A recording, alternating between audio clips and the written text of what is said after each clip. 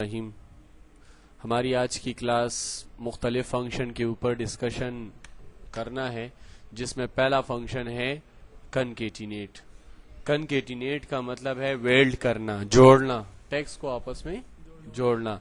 जैसे कि इस वक्त एक बंदे का फर्स्ट नेम मौजूद है और निक नेम या लास्ट नेम मौजूद है, लेकिन कोई कहता है कि इसका कंप्लीट नाम क्या बनता है, वो इधर लिखो। तो कंप्लीट नाम को इन दोनों को कंबाइन करना है, इस तरह इन दोनों को। अगर ये मैं मैनुअल करूंगा तो काफी टाइम लगेगा, तो इसके लिए मैं फंक्शन यूज कर लेता हूं कनकेटिनेट का, इक्वल टू कनकेटिनेट ब्रैकेट स्टार्ट।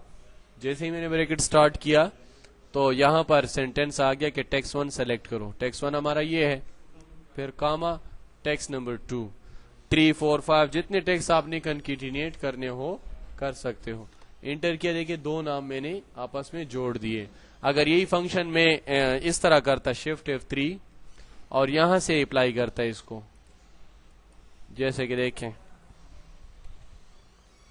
ये कनकेटिनेट का फंक्शन आया, ओके किया, लिखने की जरूरत नहीं है, बस जस्ट सेल सेलेक्ट करना है। ये वाला पहला सेल, दूसरा वाला सेल, ये ओके।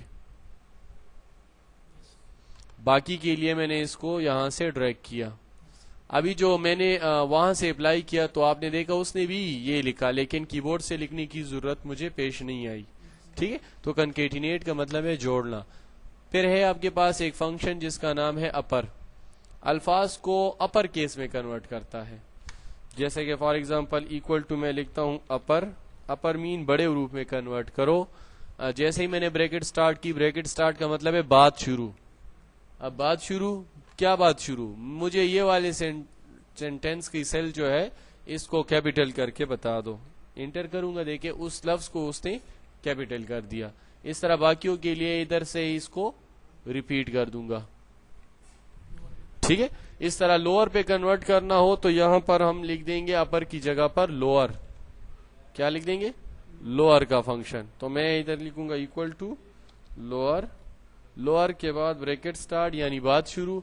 जो अल्फाज कैपिटल में लिखे जा चुके हों उसको लोअर में कन्वर्ट करेगा। जैसे कि इधर तो मेरे पास कोई कैपिटल है ही नहीं, या मैं इस तरह कर लेता हूं, कंट्रोल Z कर देता हूं। ये मेरे पास कैपिटल अल्फाज है, मैं कहता हूं ये अल्फाज, इसका सेल एड्रेस याद रखो क्या है, D2।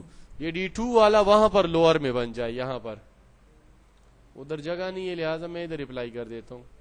ये लोअर का फंक्शन इक्वल टू लोअर यानी लोअर कैरेक्टर में कन्वर्ट हो जाए। कौन सा टेक्स्ट? D2। इंटर करूंगा, देखें वहां से नाम उठाया और यहां पर उसने पहुंचा दिया। इस तरह वो नाम इस तरह एक एक करके नीचे भी आ जाए, सारे नाम इधर आ गए और लोअर में कन्वर्ट भी हो गए। अपर भी आपने देखा, लोअर भी देखा। इसी तरीके से हमारे पास नेक्स्ट फंक्शन है लेफ्ट और राइट। लेफ्ट और राइट, बाज औकात एक वैल्यू से आपने लेफ्ट वाली वैल्यू उठानी होती है, बाज औकात राइट वाली वैल्यू उठानी है। जैसे कि ये एवरेज है, कहने वाले ने ये कहा कि बस इस एवरेज में राउंड फिगर ले लो, पॉइंट के बाद वैल्यू नहीं चाहिए। तो मैं इससे राउंड फिगर कैसे लूंगा? 41 मुझे लेना है, यहां से ये वाला लेना है राउंड राउंड फिगर। तो इसके लिए मैं कहूंगा इक्वल टू, ये हमारे पास लेफ्ट से लेना है ना वैल्यू, तो मैं लिखूंगा इक्वल टू लेफ्ट ब्रैकेट शुरू, इस वैल्यू से लेफ्ट वैल्यू लेनी है, इस वैल्यू से लेफ्ट वैल्यू लेनी है। कामा कितने डिजिट्स ले, वो 2, 3, 4 कितने हुरूफ इससे उठाने हैं? तो मैंने कहा 2, वो डॉट वाला नहीं चाहिए ना बस। तो मैंने 2 कैरेक्टर का कहा, इंटर किया।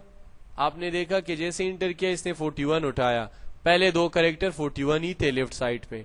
इस तरह बाकियों को ड्रैग किया तो उसी में से बाकियों की 2-2 फिगर उसने जनरेट कर दिए। हाँ, वो भी एक कैरेक्टर है। अगर मैं 3 कहता तो साथ में डॉट डॉट भी रहा था। सही, इस तरीके से राइट साइड से अगर कोई कहे कि इस वैल्यू से, ये जो वैल्यू है इससे राइट साइड की 3 या 4 कैरेक्टर उठा लो, तो कैसे उठाऊंगा? Equal to RIGHT right bracket start, इस वैल्यू से राइट वैल्यू उठानी है। कामा कितने कैरेक्टर? 4 कैरेक्टर। इंटर करूंगा, अब देखें इससे इस साइड से 4 कैरेक्टर खान बनते हैं। इस तरह दूसरे सेल को देखें तो इसके 4 कैरेक्टर ये बनते हैं, ILA, और स्पेस भी एक कैरेक्टर है। ठीक है, इसी तरीके से बाकी कैरेक्टर भी आप चेक कर सकते हो। यानी 4 कैरेक्टर मैंने राइट साइड से उठाए।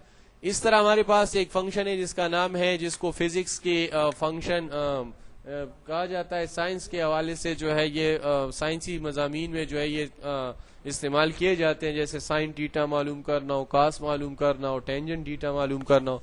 तो बजाय इसके कि उसके फार्मूले और उसके वो फंक्शन को याद रखें, बस हमारे पास एक्सेल ने हमें एक यूटिलिटी प्रोवाइड की है। आप वैल्यू लिखो, वो ऑटोमेटिकली उसका साइन खुद मालूम करेगा। ठीक है, यानी हमें इसके लिए उसकी टेबल की जरूरत नहीं पड़ेगी। जैसे साइन के लिए साइन का टेबल मौजूद होता है, कास के लिए कास का टेबल मौजूद होता है, वो टेबल बनाने की या उसको अपने पास रखने की जरूरत नहीं होती। कैसे करेंगे? फॉर एग्जांपल ये मेरे पास वैल्यू है, ये 1 है, 2 है और ये 0 है। इनकी मुझे जो है मुख्तलिफ थीटा मालूम करना है, जैसे इक्वल टू साइन थीटा मालूम करना है। किसका? 1 का फॉर एग्जांपल। ठीक है, 1 का साइन थीटा ये बराबर है। इसी तरीके से इस 1 का कॉस थीटा क्या बराबर होगा? इक्वल टू कॉस, यानी ये 1 कॉस में किसके बराबर है? जैसे ही क्लिक करूंगा कॉस में ये इसके बराबर है। देखें, इसमें बड़ा चेंज है और इसमें चेंज है। इस तरह टेंजेंट में देखता हूं, इक्वल टू टेंजेंट, TAN और कौन सा वाली वैल्यू? ये, यानी 1 टेंजेंट में किस वैल्यू के बराबर है? इसके बराबर है। ठीक है, तो अक्सर ये वैल्यू मालूम करने के लिए आपको टेबल्स की जरूरत होती है, लिहाजा एक्सेल ये फैसिलिटी दे रहा है कि आपकी वो टेबल की जरूरत नहीं है, बल्कि ये ऑटोमेटिकली उसका साइन, कॉस और टेंजेंट थीटा मालूम कर सकता है। इसके बाद हमारे पास जो फंक्शन थे वो थे आपके पास प्लस करने के लिए जो फंक्शन यूज होता है, फार्मूला जिसे कहते हैं, वो हमने पहले लेक्चर के अंदर डिस्कस किया था। प्लस का निशान, ठीक है, इज इक्वल टू पहला सेल प्लस दूसरा सेल। माइनस के लिए मैंने इंट्रोड्यूस किया था कि इक्वल टू पहला सेल माइनस दूसरा सेल। डिवाइड के लिए मैंने क्या इंट्रोड्यूस किया था? इक्वल टू पहला सेल, डिवाइड का निशान, स्लैश और फिर उसके बाद दूसरा सेल या कीबोर्ड से कोई भी वैल्यू। ठीक है, इसी तरीके से मल्टीप्लीकेशन के लिए इक्वल टू पहली सेल स्टेरिक, दूसरा सेल स्टेरिक और तीसरा सेल वगैरह वगैरह और ब्रैकेट बंद करके इंटर। अगर ब्रैकेट ना भी यूज करो फार्मूले में, ये परफॉर्म हो सकता है। सही है। अच्छा, फिर उसके बाद है हमारे पास यहाँ पर सम का फंक्शन हम डिस्कस कर चुके हैं तफसीलन। इक्वल टू सम इस रेंज से इस रेंज तक। इसी तरीके से हमारे पास अभी जो फंक्शन आगे डिस्कस करने वाले आगे लेसन में, उसको कहते हैं डेटाबेस फंक्शन। उसके लिए आप नेक्स्ट फाइल को मुलाहिजा करें।